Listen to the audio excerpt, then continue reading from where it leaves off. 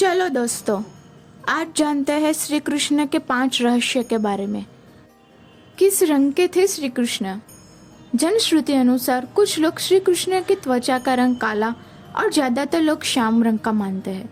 श्याम रंग अर्थात कुछ कुछ काला और कुछ कुछ नीला, मतलब काले जैसा नीला। जैसे सूर्यास्त के बाद जब दिन अस्त होने वाला रहता है तो आसमान का रंग काले जैसा नीला हो जाता है, लेकिन उनका रंग ना तो काला नहीं नीला था, उनका रंग काला मिश्रित नीला भी नहीं था, उनकी त्वचा का रंग श्याम रंग भी नहीं था। दरअसल उनकी त्वचा का रंग मेघ श्यामल था, यानी क्लाउड श्यामल, अर्थात काला, नीला और सफेद मिश्रित रंग। और दूसरा है श्री कृष्ण की सुगंध।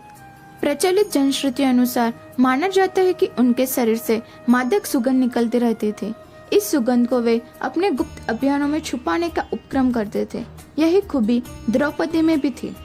द्रौपदी के शरीर से भी सुगंध निकलती रहती थी जो लोगों को आकर्षित करती थी। माना जाता है कि श्री कृष्ण के शरीर से निकलने वाली सुगंधी गोपिका चंदन और कुछ कुछ रात रानी की सुगंध से मिलती जुलती थी। और तीसरा है श्री कृष्ण के शरीर का गुण। कहते हैं कि भगवान श्री कृष्ण के देह कोमल अर्थात लड़कियों के समान मृदु थी, लेकिन युद्ध के समय उनकी देह विस्तृत और कठोर हो जाती थी।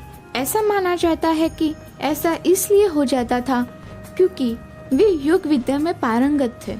इसका मतलब यह है कि श्री कृष्ण अपने देह को किसी भी प्रकार का बनाना जानते थे, इसलिए स्त्रियों के समान दिखने वाला उनका कोमल शरीर युद्ध के समय अत्यंत कठोर दिखाई देने लगता था।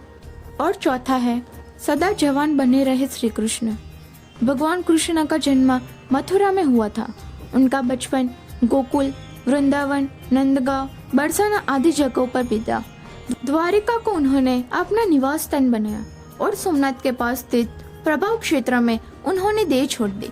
दरअसल भगवान कृष्ण इसी प्रभाव क्षेत्र में अपने कुल का नाश देखकर बहुत व्यतीत हो गए थे। वे तभी से ही वही रहने लगे थे। एक दिन वे वृक्ष के नीचे विश्राम कर रहे थे, तभी किसी शिकारी ने उनको हिरण समझकर तीर मार दिया।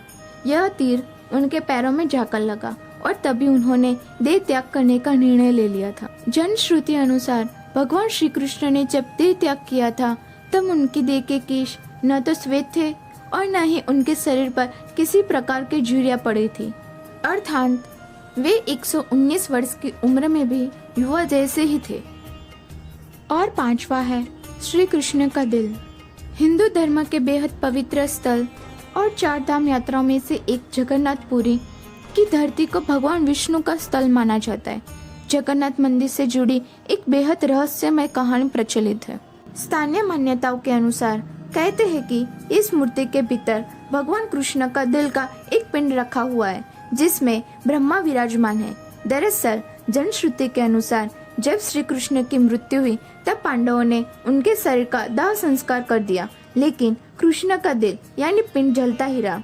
ईश्वर के आदेश अनुसार पिंड को पांडवों के जल में प्रवाहित कर दिया।